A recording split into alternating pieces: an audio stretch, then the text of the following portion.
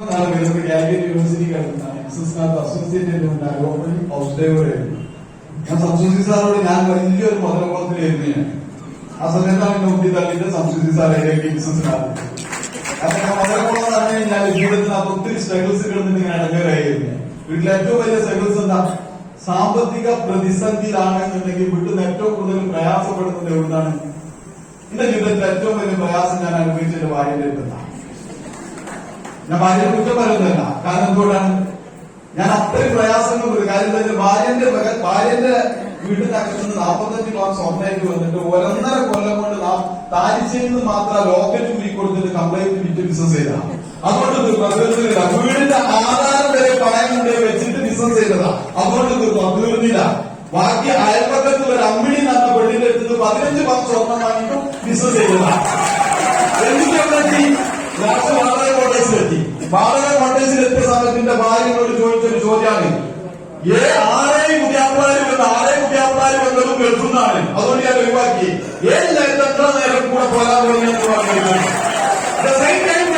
6 വർഷം അമ്മയെ രജിസ്ട്രേഷൻ ചെയ്തപ്പോ ഇതിലും നല്ലൊരു കുട്ടിയാപ്പിളൊന്നും ഞാൻ വേറെ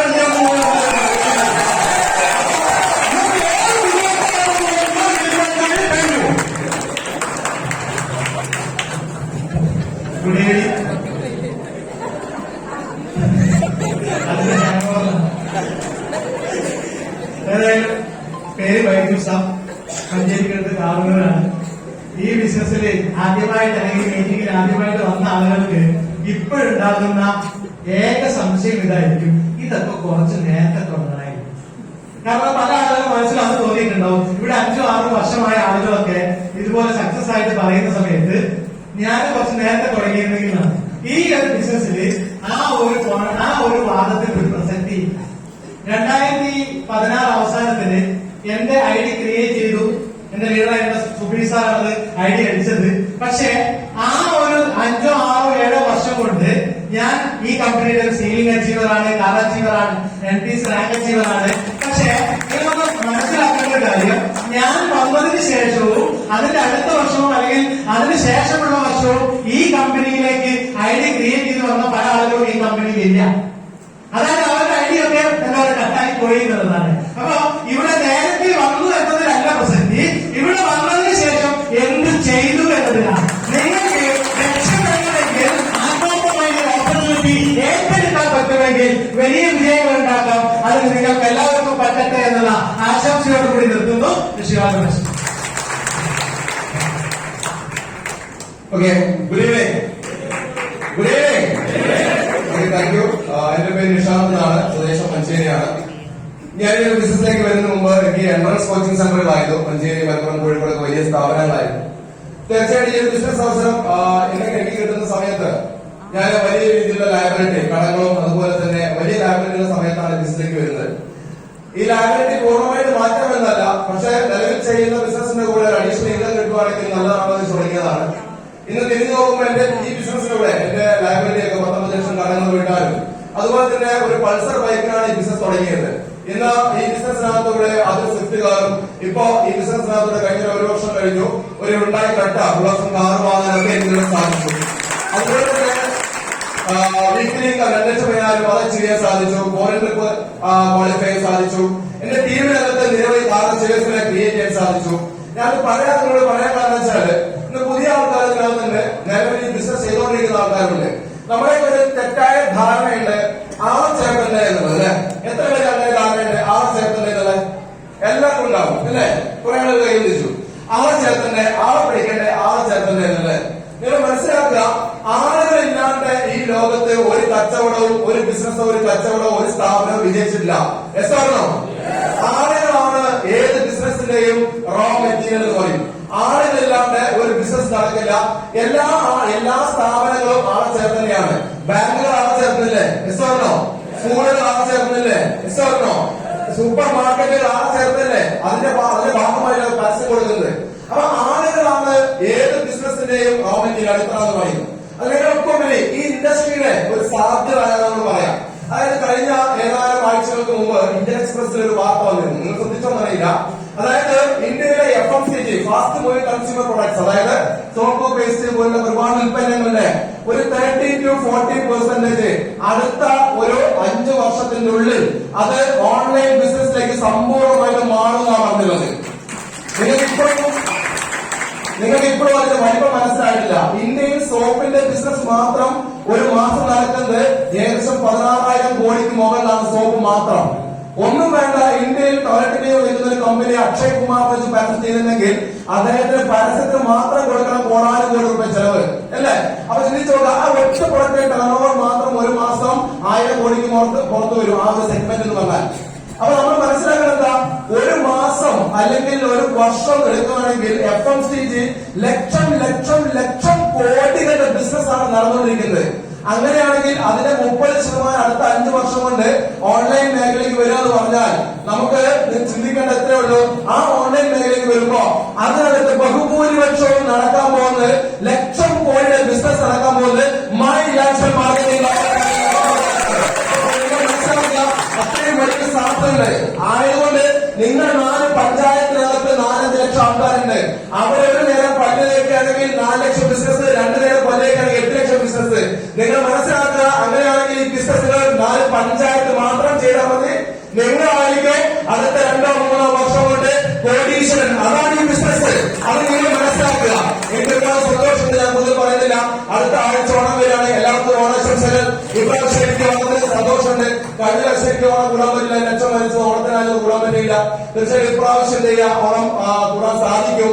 കാരണം അതിന് മുമ്പത്തെ പ്രാവശ്യം ഞാൻ എന്റെ വൈഫ് ഹൗസിൽ പോയപ്പോ എന്റെ വൈഫ് ഹൗസിൽ ഒരു ഹോണ്ട സിറ്റി ഉണ്ട്, ഒരു കാർ ഹോണ്ട സിറ്റി കുടുംബക്കാരുണ്ട്. ഇവിടെ അടുത്ത കുടുംബം പറഞ്ഞില്ല. ഓണത്തിന് വരുമ്പോ എല്ലാ വണ്ടിയൊക്കെ കാണിക്കല്ലോ പോസ്റ്റായിട്ട്. അന്ന് ഞങ്ങൾക്ക് വലിയ വണ്ടിയൊന്നുമില്ല. ആ സമയത്ത് എനിക്ക് ഇപ്പോൾ ഓർമ്മയുണ്ട്, ഭക്ഷണം കഴിക്കുമ്പോ അയാൾ ആ കാറിന്റെ കീ അടിക്കും, പറഞ്ഞിട്ട് ഒരു ഭാഗ്യനെ വിടും, ആ ടവർ നിർത്താൻ പറയും. പിന്നെ കുറച്ച് പിന്നെ വെക്കും. നമ്മളെ കാണാനാണ് ആ ടവർ നിർത്താറുണ്ട്. പക്ഷെ ഇപ്രാവശ്യം ഞാൻ പോകുമ്പോ ഞാനൊരു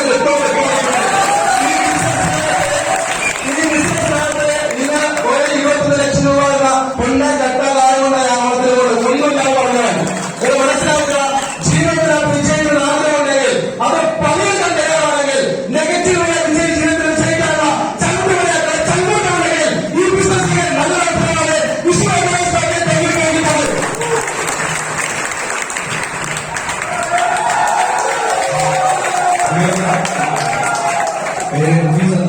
സ്വദേശം കണ്ണൂർ ജില്ല തലശ്ശേരിയാണ്. ആദ്യം തന്നെ പറയാലോ, നിങ്ങളെ മലപ്പുറം മണ്ണ് ഒരു 1.5 മണ്ണാണ്. ഒന്നുമല്ല, ശരിക്കും ബിസിനസ് ചെയ്തിട്ടുണ്ടെങ്കിൽ അത് മലപ്പുറം ജില്ലയിൽ തന്നെ ചെയ്യണം.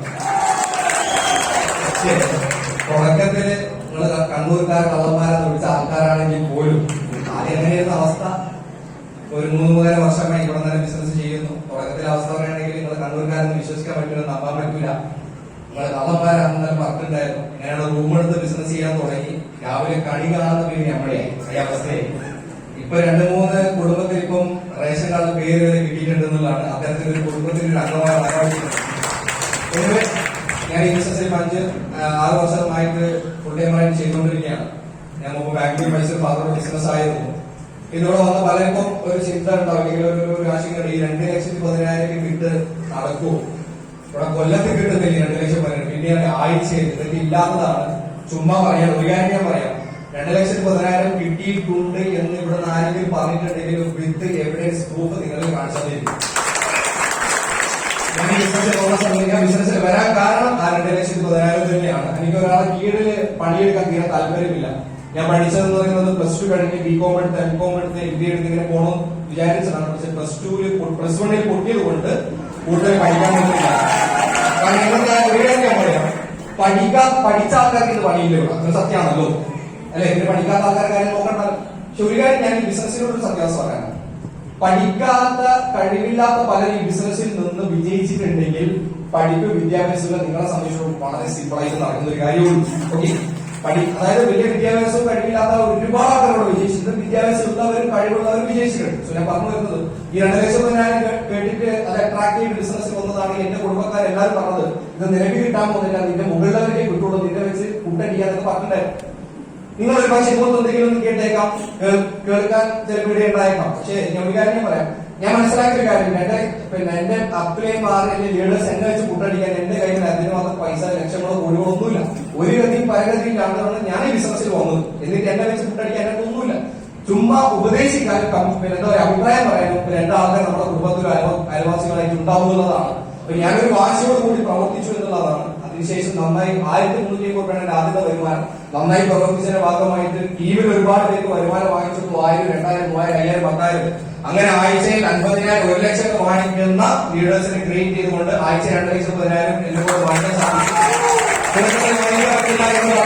പിന്നെ ഞാൻ വാങ്ങിച്ചത് സ്റ്റേറ്റ്മെന്റ് കാണിച്ചു കൊടുത്തപ്പോൾ TDS അഥവാ ടാക്സ് അടിച്ചിട്ടുള്ള സ്റ്റേറ്റ്മെന്റ് കാണിച്ചു കൊടുത്തപ്പോൾ പറഞ്ഞത് ഇത് നിന്നെ കൊണ്ട് എന്തെങ്കിലും നടക്കും, കാരണം ഈ സാമർത്ഥ്യമുള്ളവനാണ്. ഓക്കെ, അതായത് ആദ്യം നടക്കില്ല എന്ന് പറഞ്ഞ ആൾക്കാർ മാറ്റി പറയുന്ന ഒരു അവസ്ഥയുണ്ട്. ഇത് നിങ്ങൾക്ക് ഇതുപോലെ സംഭവിക്കാം. പിന്നീട് ഞാൻ പറഞ്ഞത് കാര്യം ശരിയല്ല, വട്ടപ്പുഞ്ചിട്ട് തുടങ്ങിയത് തന്നെയാണ്. ആരും തന്നെ കൂടെ ഉണ്ടായിരുന്നില്ല. കൊടുക്കുന്ന ആൾക്കാർ റിജക്റ്റഡ് ആയിരുന്നു അന്നത്തെ കാലം. കാരണം 5 വർഷം മുന്നേ അത്ര പ്രതിസന്ധിയായിരുന്നു. കാരണം അന്ന് 10 രൂപ ബിസിനസ് കൊടുത്താൽ ഒരാൾ പോലും ആക്സെപ്റ്റ് ചെയ്യാറുണ്ടായിരുന്നു. 10 പേര് പ്രോഡക്റ്റ് കൊടുത്താൽ ഒരാൾ പോലും ആക്സെപ്റ്റ് ചെയ്ത ഒരു സമയമല്ല. പക്ഷെ ഇന്ന് 10 പേര് കൊടുത്താൽ 6 പേര് 8 പേരും ഒരു പക്ഷെ 10 പേരും ബിസിനസ്സിലേക്ക് വരുന്ന രീതിയിൽ അനുകൂല സാഹചര്യമായി എനിക്ക് ഞാൻ പറഞ്ഞു വരുന്നത്. അങ്ങനെ ഞാൻ സീലിംഗ് അടിച്ചു. ടീമിൽ നിന്ന് 11ഓളം സീലിംഗ് വെച്ച് സാഹിത്യത്തിന്